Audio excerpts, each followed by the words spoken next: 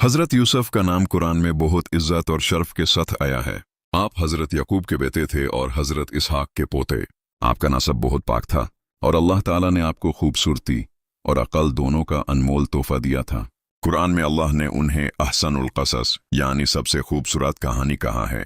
एक दिन छोटे यूसुफ ने सपना देखा कि उन्होंने 11 सितारे, सूरज और चंद को देखा जो उनके आगे सजदा कर रहे हैं। जब उन्होंने ये सपना अपने वलीद हजरत यकूब को बताया तो उन्होंने कहा, बेटा, ये सपना अपने भाइयों को मत बताना, कहीं वो तुझे नुकसान न पहुंचाएं। हजरत यकूब को मालूम था कि उसके भाई यूसुफ से जलन करते हैं क्योंकि यकूब उनसे बहुत मोहब्बत करते थे। यूसुफ के भाइयों ने प्लान बनाया कि हम यूसुफ को ख़त्म कर देंगे ताकि हमारे वालिद सिर्फ हमसे प्यार करें। उन्होंने कहा, आओ उस किसी खूने या कुएं में डाल देते हैं। एक दिन सब भाई हजरत यकूब से कहने लगे कि हमें यूसुफ को हमारे साथ खेतौन में भेज दें, हम उसे खिलाएंगे और घुमाएंगे।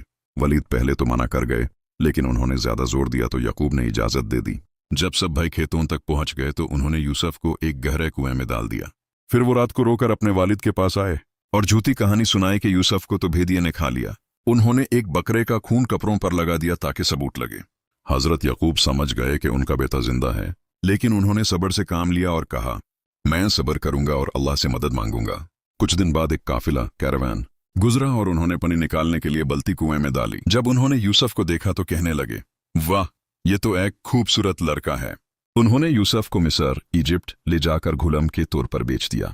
उस वक्त मिस्र का वाजिर अजीज मिस्र था। उसने यूसुफ को खरीद लिया और अपनी बीवी के हवाले कर दिया कि इसको इज्जत से रखना, ये लड़का एक दिन हमारे काम आएगा।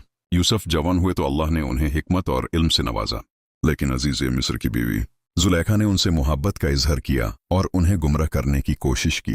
यूसुफ ने फरमाया, मैं अल्लाह से डरने वाला हूं, मैं ये गलत काम नहीं कर सकता। जब वो उनसे बचकर भागे तो जुलेखा ने उनका कमीज कुर्ता पीछे से फाड़ दिया।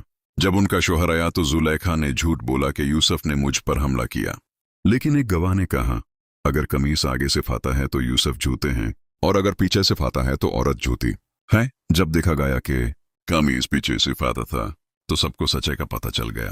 फिर भी लोगों के दबाव और बदनामी के डर से यूसुफ को कैद जेल में डाल दिया गया। जेल में यूसुफ ने 2 कैदियों के सपने की तबीर बताई।